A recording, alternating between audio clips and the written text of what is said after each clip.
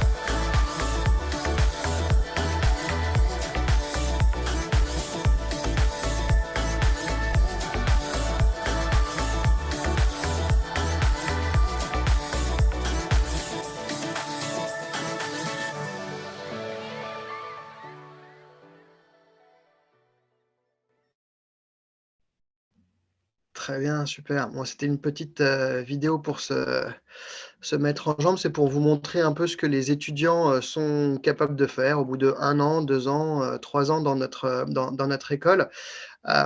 On est effectivement une école spécialisée dans le code, dans la programmation informatique.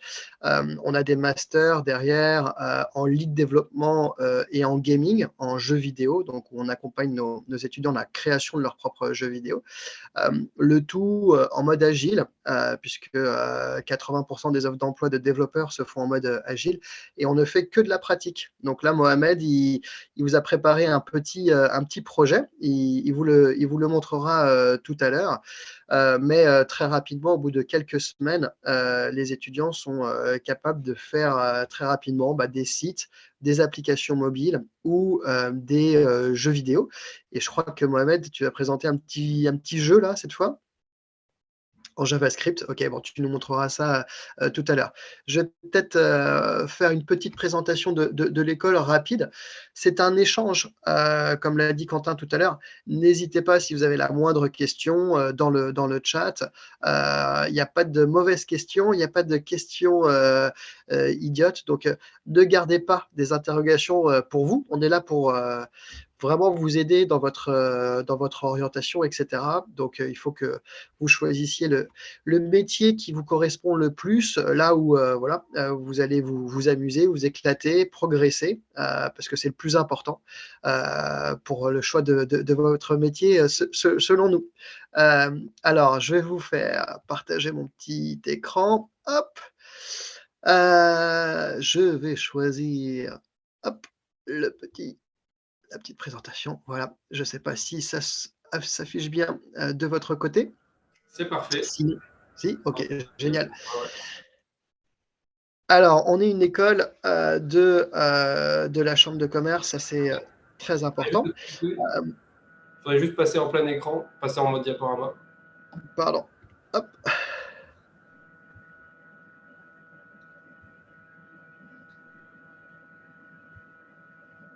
Ça vous va? Alors, Ok. là, ça se lance pas en plein écran de mon côté. Je sais pas. Mohamed, alors peut-être. Alors, attends. Bon. Ouais. Et t'essaies de le planer. Parce que, ok, hier, quand on l'avait fait, hop, c'était ça, diaporama. C'est peut-être le partage d'écran, tu l'as fait bien sur tout l'écran et pas juste sur le navigateur. Ah, ok, d'accord. Sorry, je vais faire ça. Hop. Petite aléa technique. Voilà, ça a l'air d'être.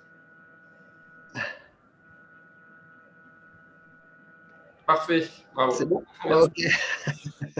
Génial. Donc, on va revoir très, très rapidement. C'est une petite présentation, ça dure 10 minutes, un quart d'heure.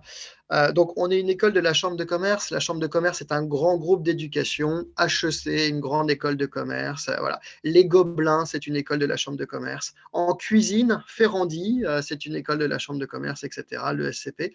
Donc, on est plus de 25 écoles en Île-de-France et on est un groupe parapublic. On est là pour bien former nos étudiants gratuitement le plus loin possible dans plusieurs domaines de spécialisés. Alors nous, à l'Essier, c'est le nom de notre école, on est une école d'informatique. On a plein de formations, des BTS en informatique évidemment, mais aussi des masters en intelligence artificielle, en cybersécurité, en big data, en intelligence artificielle, etc. Et puis tout à gauche, vous voyez la Coding Factory. C'est la formation qui est spécialisée dans le développement web et mobile. Donc, on propose un bachelor, un bac plus 3, donc, en alternance, ou à l'issue duquel vous devenez un développeur full stack. Full stack, donc vous maîtrisez les technologies du front et du back essentielles pour être autonome dans la prise en main de réalisation de sites, de jeux ou d'applications mobiles. Et puis, si vous avez envie, vous pouvez poursuivre à travers un des masters que j'ai cités, mais aussi des masters spécialisés dans le dev, en gaming, en jeux vidéo ou en lead développement. Je vais y revenir. On a plusieurs campus sur la Coding Factory à Paris et à Cergy. Donc actuellement à Paris, porte de Champéret, mais l'année prochaine, on sera gare Montparnasse. Et ce sont des open space, hein. Donc pas du tout de classe où on écoute un prof, où il y a un écran, un tableau, on prend des notes, on a un contrôle. Pas du tout. Chaque semaine, vous avez un projet à faire, c'est-à-dire un site, une application ou un jeu, et vous bossez sur des sprints de 1 semaine ou 2 semaines, et vous avez le même prof pendant toute la durée de ce sprint-là. Alors chez nous, on ne les appelle pas des profs, on les appelle des PO, des Product Owners. C'est un peu votre client, et vous êtes développeur, et le but, c'est de rendre un projet à la fin du sprint de 1 semaine, et vous apprenez comme ça, vous apprenez en pratiquant. C'est comme ça que pour nous, vous intégrez beaucoup mieux le code plutôt qu'en lisant des documents, en regardant des vidéos ou autres. Donc chaque semaine, en petite équipe de 3 ou 4 étudiants, vous allez réaliser un nouveau site ou une nouvelle application. Et à la fin de la semaine, vous présentez le projet que vous avez réalisé. Tous nos diplômes sont reconnus par l'État, bien sûr, comme pour l'ensemble des écoles de la Chambre de commerce. Sur le métier de développeur, ça ne sert pas à grand-chose. Beaucoup pour rassurer les parents, parce qu'on est sur un marché du travail tellement tendu que les entreprises recrutent les jeunes diplômés alors qu'ils n'ont même pas encore fini leur formation. Ils vont vous faire un test technique. C'est ça, c'est ça qui est important pour les entreprises. Pas vraiment que le diplôme soit reconnu par l'État, mais nos diplômes sont quand même reconnus par l'État. Et même au niveau européen et international, puisque nous avons les équivalences ECTS. Je ne rentre pas dans le détail. À la fin du bac+3, vous êtes développeur full stack, donc je l'ai vu tout à l'heure. Vous reverrez sur notre site internet, Coding Factory, un peu notre programme.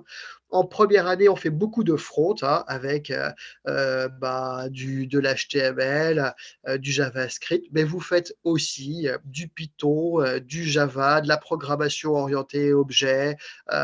Vous commencez à faire pas mal de projets qui ressemblent à quelque chose. En deuxième année, vous faites un peu plus de bac, et en troisième année, vous faites un peu plus de mobile, même si on commence dès la deuxième année à faire un peu d'iOS, d'Android, etc.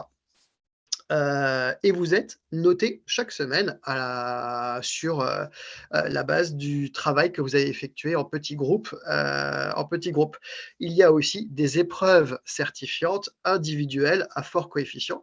Et en troisième année, vous avez un gros projet d'application mobile à réaliser.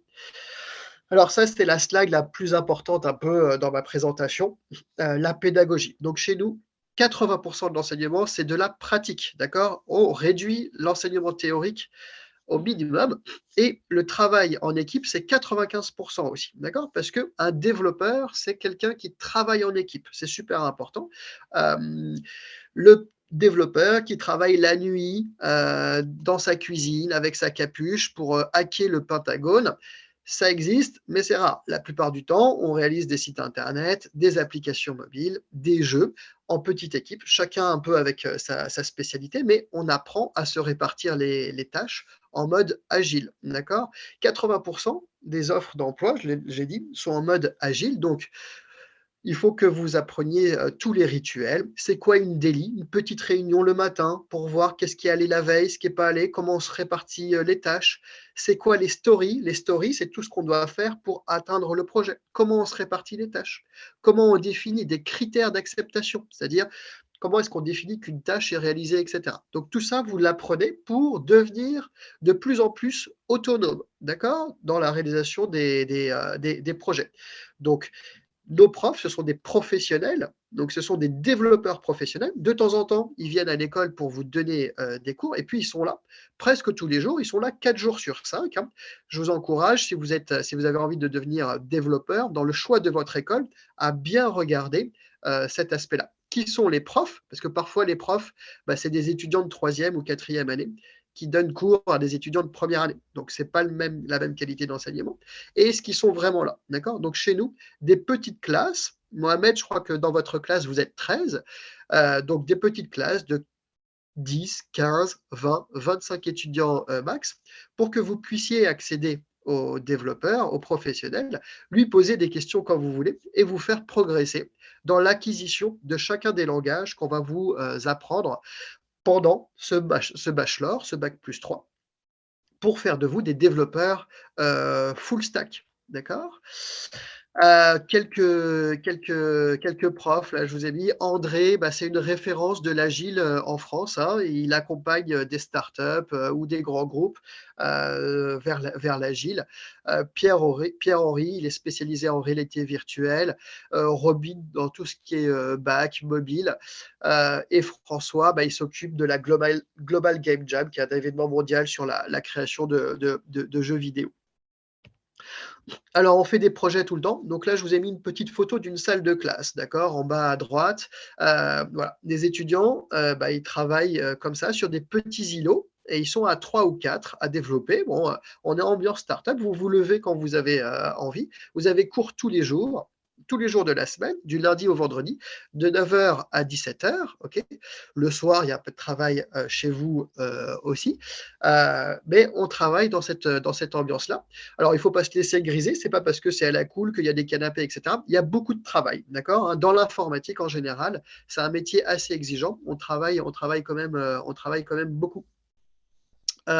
Et puis, on fait des projets. Ce qui est rigolo, c'est que l'ambiance, elle est excellente dans notre école. Là, c'était un ourson connecté, par exemple. Donc là, nos développeurs, ils ont codé, programmé un jouet pour enfants, un ourson. Donc, ils devaient soit chanter des chansons, soit jouer en fonction du comportement du bébé, de l'heure de la journée, de la température. Enfin, on avait mis plein de paramètres. Vous avez des lab days aussi. Les lab days, c'est vos projets personnels. C'est vous qui nous dites, moi, je veux faire tel site internet, telle application ou tel jeu. Et vous avez un prof pour vous encadrer pendant l'année pour faire votre propre projet. Toujours en petite équipe. Hein, d'accord. Vous avez une piscine en début de première année. C'est plus pour vous intégrer. Mais tout de suite, dès le premier jour, vous codez. D'accord. Alors, la première semaine, vous faites. Dans la vidéo, c'est les petits vaisseaux spatiaux là qui voilà. Donc, vous codez l'accélération, le freinage, la rotation, les recharges sur les batteries. Et puis, on fait la course tous les jours à 16h. On dit, OK, on fait la course, on va voir qui c'est qui a le mieux codé son vaisseau spatial. Donc, on est une petite école, hein, 200, 300 étudiants sur les deux sites, enfin dans la Coding Factory, parce que sinon à l'Essier, on est 1400 étudiants. Mais tout le monde se connaît, tous les profs. Moi, je connais tous mes étudiants. Vous n'êtes pas perdu dans un amphithéâtre à suivre un cours, à prendre des notes, etc. Ça n'existe pas. Et puis, il y a plein de choses un peu rigolotes. On fait des hackathons, des petits événements. Tous nos cours sont en présentiel, hein, hormis période de Covid, mais sinon, tous nos cours ont lieu à l'école. Alors, j'en ai parlé rapidement. On a des masters après le bachelor. Un en gaming, donc en jeu vidéo. Donc, on vous accompagne dans la création de votre propre jeu, depuis la conception au développement jusqu'à la mise sur le marché. On a un étudiant, il y a 2 ans, il a pris un vélo d'appartement, il a enlevé le guidon, il a mis des manettes à la place et puis il a relié le vélo à un casque de réalité virtuelle. Et donc, en fait, quand on est sur le vélo et qu'on pédale, dans le casque de VR, on avance sur une piste et puis il y a des petits martiens qui arrivent et il faut les dégommer avec les manettes. Donc, il a été nominé aux Ping Awards. Les Ping Awards, c'est les Oscars des jeux vidéo, d'accord. Donc, dans sa catégorie, un premier jeu étudiant.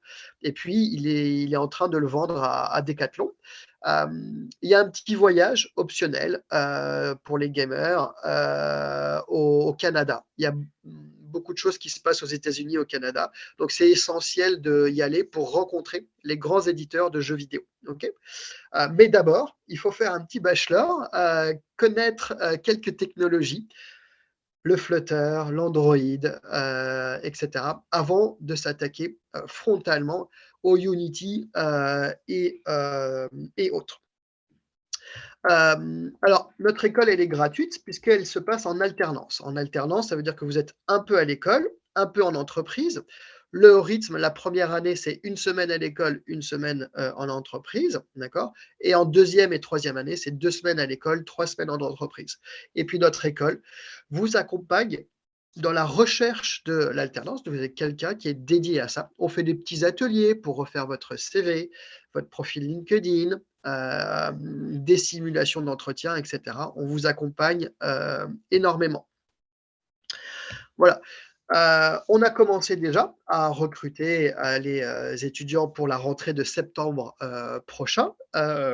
Pour candidater, c'est très simple. Il suffit d'aller sur codingfactory.fr et puis vous laissez un petit dossier avec votre CV, vos bulletins de notes.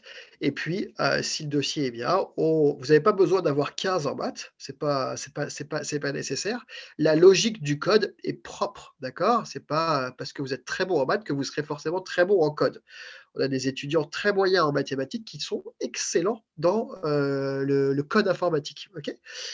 Donc on regarde votre dossier, puis après c'est un entretien et on vous dit tout de suite si vous êtes admis à l'école ou pas. Voilà, j'en ai fini pour cette petite présentation. Ce que je propose, Mohamed, si tu veux bien, c'est de présenter toi-même un petit projet, si ça te va.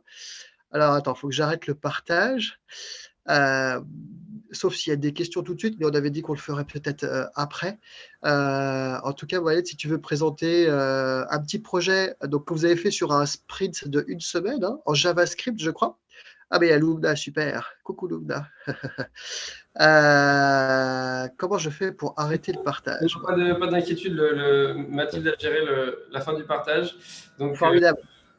belle transition. Donc, merci à Loubna de nous avoir rejoints. Et donc, Mohamed, bah, si tu veux, c'est à toi. Si tu veux, tu peux partager ton écran. Et voilà, il y a Ilias qui a commencé à poser des questions, mais on répondra à la fin. Je pense que ce sera peut-être un petit peu plus simple. Vas-y, Mohamed.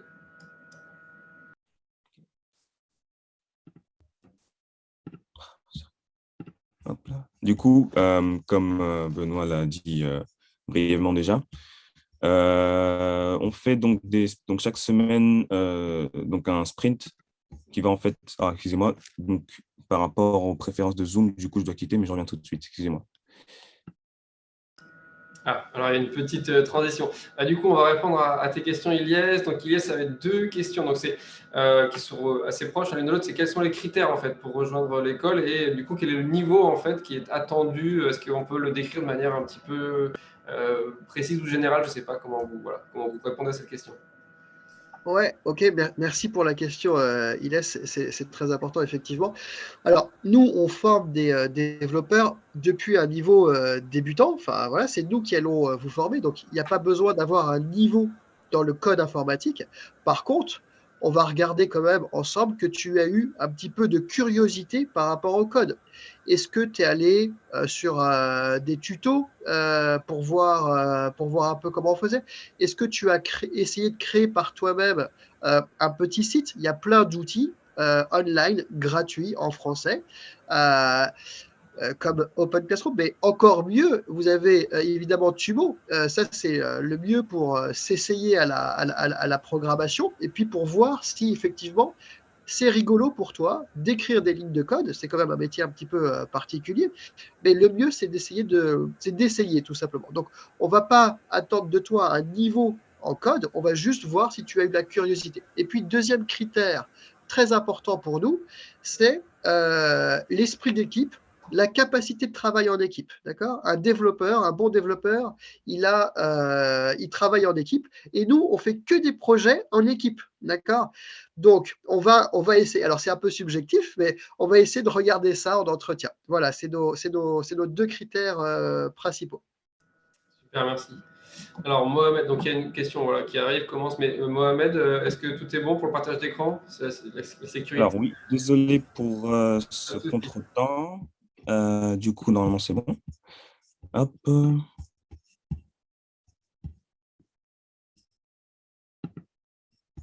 3 secondes. Hop. Tac. Screen.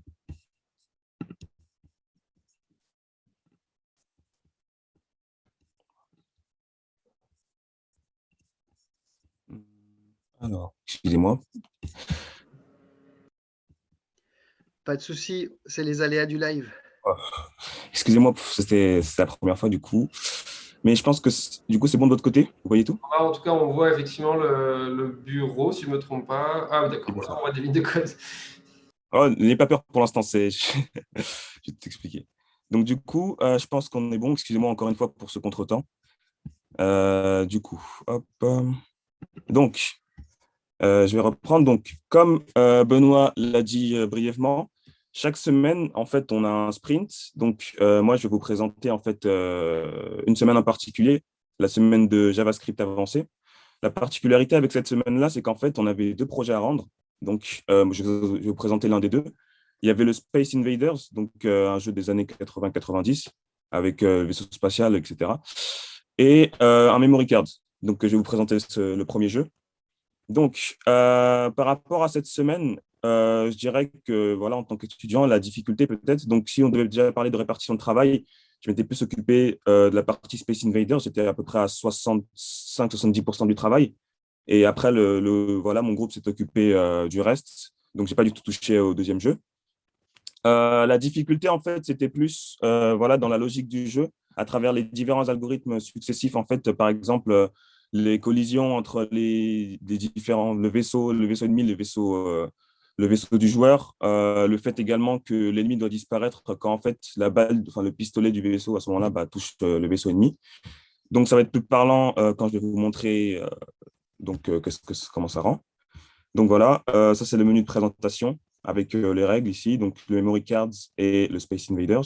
Donc si vous voulez vraiment voir le memory card à ce moment-là, dites-le moi et puis je vous montrerai. Donc on va présenter Space Invaders, donc ça se présente comme ça, voilà, avec les vaisseaux ennemis qui descendent.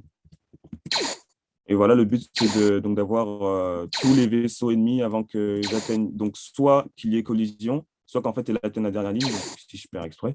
Donc avec le score qui s'affiche aussi juste en haut. Voilà. Avec voilà, un message game over disant qu'en fait, bah, le vaisseau ennemi a atteint la ligne du joueur. Donc voilà, mais après avec une option de recommencer ou pas. Donc dans le cas où je mets oui, ça recommence le jeu. Donc quand je mets non, ça revient à la page d'accueil. Donc voilà, dans les grandes lignes, c'est ce que j'avais fait durant cette semaine-là, hein. Et puis, ouais, s'il y a des questions. Super, excellent. Merci beaucoup pour ce petit voyage nostalgique dans les années. Alors, peut-être pas tout à fait 80, je pense que c'est encore un petit peu antérieur à Space Invader, mais aucun problème. Non, non. Et, en tout cas, c'est très impressionnant. Alors, du coup, je pense qu'on aura plusieurs questions. Effectivement, à Tumo, les applications jeux vidéo, c'est vrai que c'est plutôt directement sur du Unity en C#, mais voilà, ceux qui choisissent programmation et qui font du JavaScript vont aussi essayer un petit peu, pour rendre les choses ludiques, de faire du jeu vidéo. Alors, des choses un peu plus simples quand même que tu nous as montré, évidemment, hein. Mais voilà, alors on va commencer. Merci beaucoup, Mohamed, c'était très très chouette. Je pense que ça rend voilà, les choses très concrètes pour tout le monde. Merci encore une fois, Loubna, de nous avoir rejoints. Je ne sais pas s'il y a un petit mot ou si on passe aux questions. Ça commence un petit peu à arriver. Non, je suis désolée pour le retard, j'avais des problèmes Aucun pour problème. me connecter. Très bien. Merci. Alors, du coup, on a voilà, une première question déjà. Donc, formation de 2 années en alternance ou alors possibilité TP première année.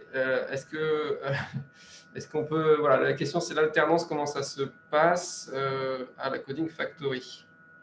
Ok, très bonne question.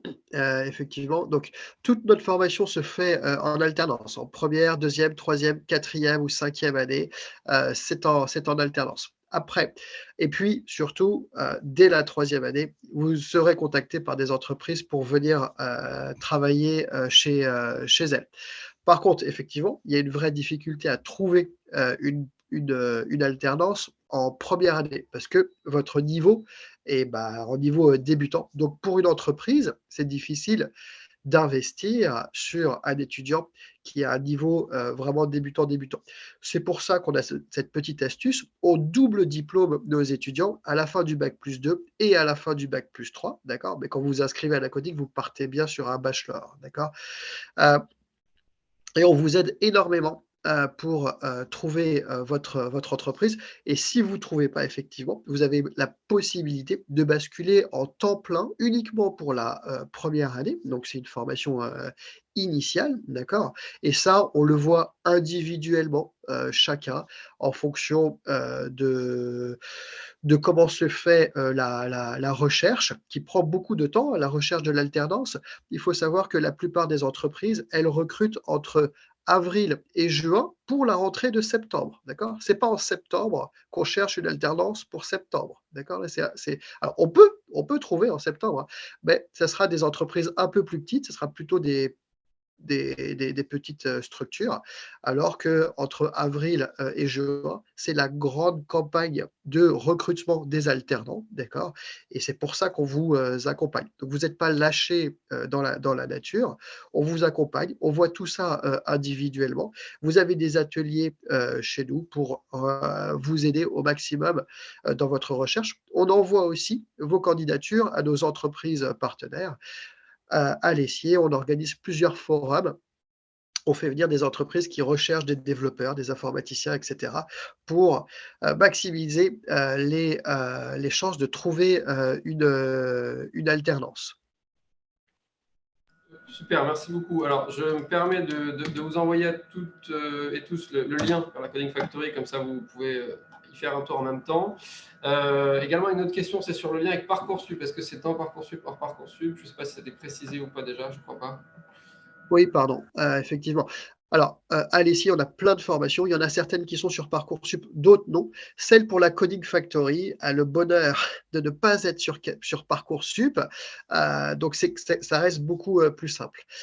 Donc, je sais que ça peut rassurer un petit peu d'être sur Parcoursup. Donc, bon, on va voir si au bout d'un moment, on apparaît sur Parcoursup. Pour l'instant, le recrutement est hors Parcoursup. Il suffit d'aller sur Coding Factory, d'aller sur le petit bouton candidater et ça se passe très bien. Vous voyez, on a des étudiants comme Mohamed qui rejoignent l'école et qui sont formés et qui sont très heureux d'être à l'école.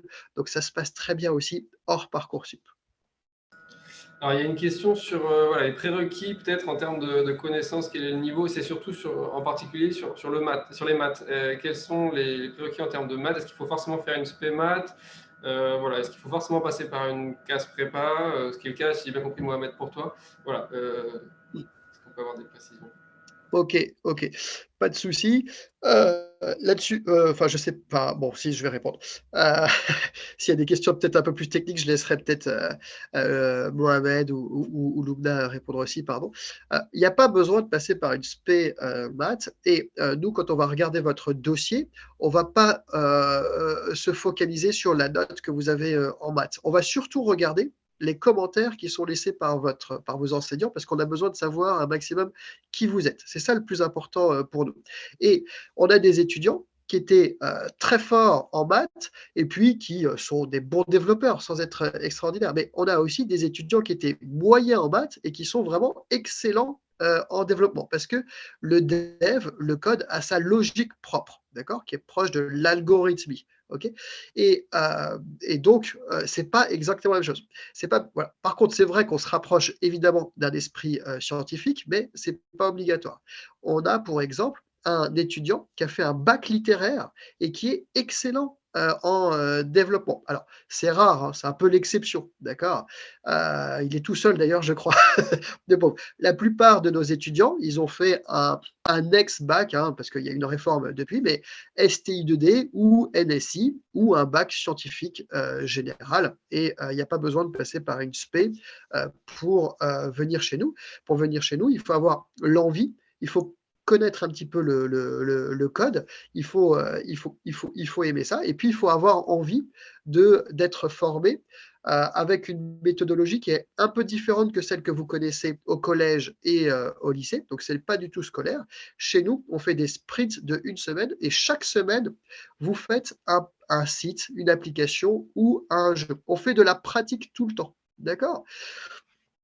Et c'est comme ça qu'on apprend, qu'on ingurgite la logique des différentes technos. Voilà. Et puis, on avait envie de faire un truc avec une ambiance un peu sympa. Voilà. Donc, c'est ça la différence fondamentale.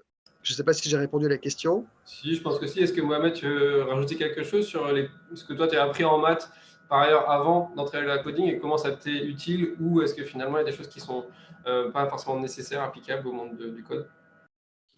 Oui, donc déjà, si je devais faire point de vue élève, c'est vrai que dans ma classe, il y a vraiment des gens, des personnes pardon, de tous horizons. Ça veut dire qu'il y en a qui ont fait de l'architecture, il y en a même qui ont arrêté les maths en seconde et qui sont même voilà, au même niveau que moi, même c'est un peu plus fort que moi. Donc je pense que ça veut vraiment rien dire pour le coup. C'est vraiment l'envie qui va jouer et le fait voilà, qu'on aime faire ça.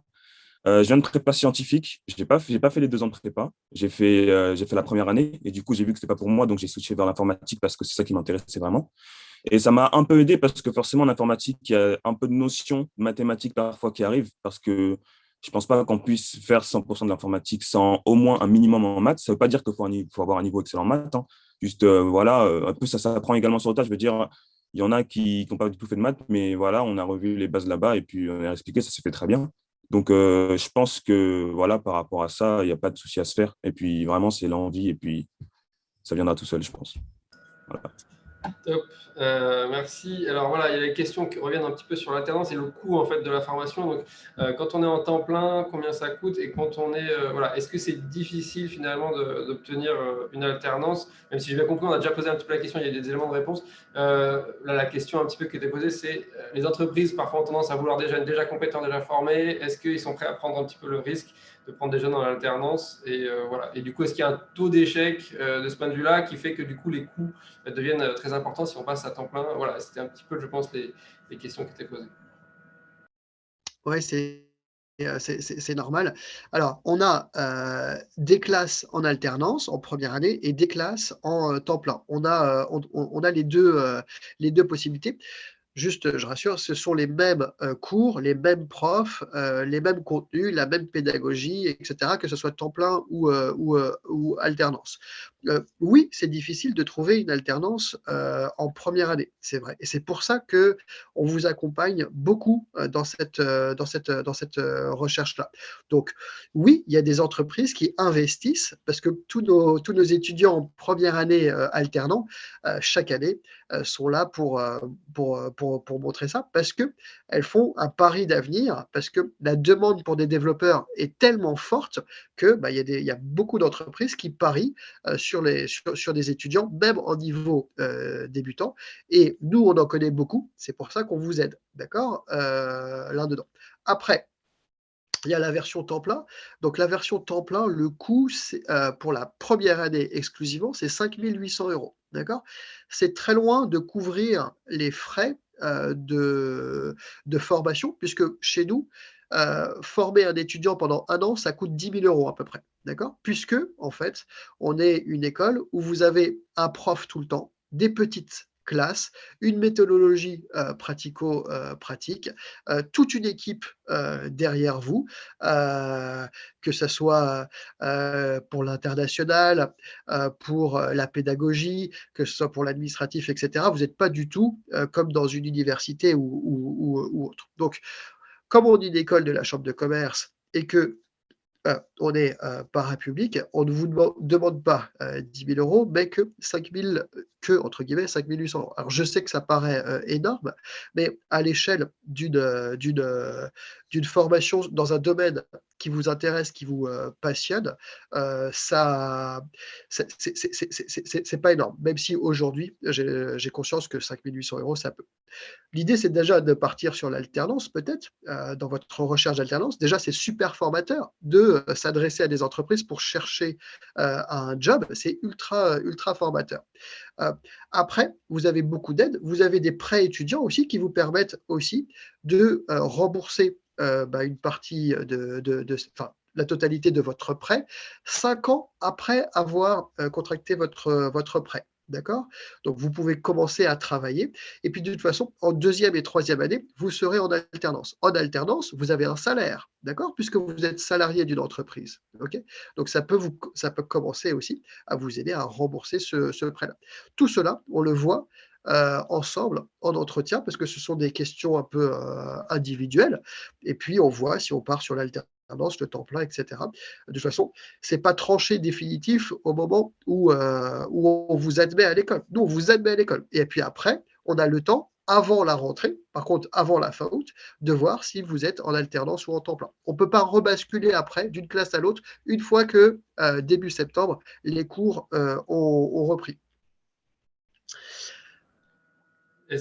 Merci beaucoup pour toutes ces précisions. Je pense que ça répond un petit peu à Ilyes, même si effectivement les modèles, bon, il y a certains dans le public, je pense, qui sont peut-être un peu jeunes et qui ne connaissent pas forcément effectivement le principe de l'alternance, comment ça fonctionne, est-ce qu'on est payé, qu'est-ce que ça implique en termes de coûts de formation, etc. Donc voilà, je pense que là, on a des éléments de réponse. N'hésitez pas aussi à aller voir sur le site où vous avez un petit peu de précision évidemment sur les inscriptions, les modalités, etc. Peut-être des questions pour terminer. Est-ce que vous avez précisé, donc, il y a un campus à Cergy et un campus à Montparnasse, si je ne me trompe pas? C'est ça. Alors, le campus de Paris déménage cet été. Donc, aujourd'hui, on est porte de Champéret, mais on sera gare Montparnasse dès la rentrée prochaine. Et on fait d'ailleurs une journée porte ouverte le samedi 5 février. Donc samedi dans 2 semaines, je crois, gare Montparnasse, qui est le campus de l'ESCP, un très beau bâtiment. Vous avez une cour avec un baby-foot et une table de ping-pong aussi. Donc, si vous voulez nous rencontrer, si vous voulez échanger avec des étudiants, avec des profs, avec moi, avec Lumna, avec Mohamed, on peut se retrouver le samedi 5 février de 10h à 17h, rue Armand-Boisan, gare Montparnasse. Vous avez toutes les informations sur notre site internet codingfactory.fr. Merci beaucoup. Est-ce qu'il y a des questions? N'hésitez pas aussi, si vous voulez, je peux vous donner la parole. Si certains préfèrent poser des questions à l'oral, c'est possible. Il suffit de cliquer sur lever la main en bas de votre écran normalement. Sinon, voilà. Est-ce que l'emploi du temps est un petit peu le même que sur une école standard? C'est-à-dire qu'on commence en septembre, on a des vacances, on n'a pas de vacances. Comment ça se passe aussi par rapport à ça? Oui, très bonne question. Les vacances, c'est important. Alors, on commence en septembre et on finit en juin, voire tout début juillet. Les années sont comme ça. Donc, on reste sur un rythme scolaire. Et quand on est alternant, l'alternance, c'est on est formé à l'école et puis on va un peu en entreprise aussi pour exercer idéalement les compétences, les savoirs qu'on a appris à l'école. D'accord? Et oui, je vois les questions aussi dans le chat. Quand on est alternant, on est payé par l'entreprise. D'accord? Et puis, mais surtout, quand on est alternant, on est salarié de l'entreprise. Donc, vous avez des vacances, évidemment, mais dans, dans ce beau pays qu'est la France, on a toute une législation. Et donc, vous voyez vos vacances avec l'entreprise. Mais vous avez évidemment le droit à des vacances parce que le rythme à l'école est soutenu. D'accord? Chaque semaine, vous apprenez de nouvelles technologies. Donc, ça va très vite. Et parfois, c'est bien de faire une petite pause. Donc, alors, il y a deux petites dernières questions avant qu'on fasse une petite pause. Donc, c'est la garantie emploi, donc on va dire après les études. Donc voilà, je pense que dans le secteur, effectivement, c'est pas forcément le plus gros souci peut-être. Alors, je m'avance peut-être, mais peut-être, voilà, pour rassurer un peu les uns les autres sur ces questions-là. Oui, bien sûr. Alors, enfin, sur la question de l'employabilité, c'est très simple. Vous regardez sur Internet, selon les études, en France, on cherche entre 20 000 et 40 000 développeurs. Les entreprises sont obligées de recruter ou de passer par des prestats à l'étranger parce qu'en France, on n'a pas assez de développeurs. C'est le métier le plus demandé en France. D'accord? Aucun souci sur l'employabilité à l'issue de la formation. Et je vous le dis sincèrement, les entreprises viennent vous recruter avant même d'avoir fini votre formation. Donc là-dessus, c'est vraiment, voilà. Par contre, le plus important, c'est pas ça. Le plus important, c'est de voir si le code informatique, c'est fait pour vous. Et pour ça, je vous encourage vraiment à aller chez Tumo, à aller online aussi, à regarder des tutos, à aller peut-être sur Open Classroom, faire des petits exercices de dev pour voir si c'est un métier qui pourrait être le vôtre après. C'est ça le plus important. Pour le reste, pour l'alternance, pour votre boulot derrière, ne vous inquiétez pas, ça viendra très logiquement ensuite après. Loubna, tu veux peut-être répondre sur la question entre Cergy et Paris. Est-ce qu'il y a une différence entre les deux sites? Mais je viens de le faire en fait par Alors, message. mais Pardon. Louis, malheureusement, ne peut pas le voir parce que il faut écrire à tous les participants. Là, Ah, d'accord. Ouais, j'ai dit, il y a vraiment pas de différence entre Paris et Cergy. C'est la même qualité d'enseignement. C'est juste à lui de voir quel campus le conviendra le plus. Alors, finalement, il y a des petites questions. Alors, Rebecca, dans la salle, nous demande est-ce que dans une dizaine d'années, le nombre de postes dans ce domaine sera le même? Alors, on ne va pas faire de la futurologie, mais voilà, je ne sais pas s'il y a un élément de réponse par rapport à ça. Oui, bien sûr, c'est important. Juste sur Cergy Paris, donc ce sont les mêmes profs, hein. Ils font une semaine de cours à Cergy et après Paris. Donc c'est la même méthodologie, le même contenu, etc. Il faut juste que vous voyez lequel est le plus pratique pour vous depuis chez vous. C'est tout simple, d'accord? Après, dans 10 ans, c'est vrai que c'est difficile de se projeter. Pour l'instant, la demande est extrêmement forte. Ça fait des années qu'il y a des solutions genre no-code, etc., qui prédisent le pire pour les développeurs. Pour l'instant, même l'intelligence artificielle, qui en est assez balbutiement, on va dire, ne parvient pas à remplacer la matière grise humaine. D'accord. De toute façon, le métier de développeur, c'est un métier sur lequel on évolue très facilement. D'accord. On peut faire mille et une choses après. Donc, il y a peu d'inquiétude par rapport à ça actuellement. Dans 10 ans, je mettrai, voilà, je ne peux pas vous dire.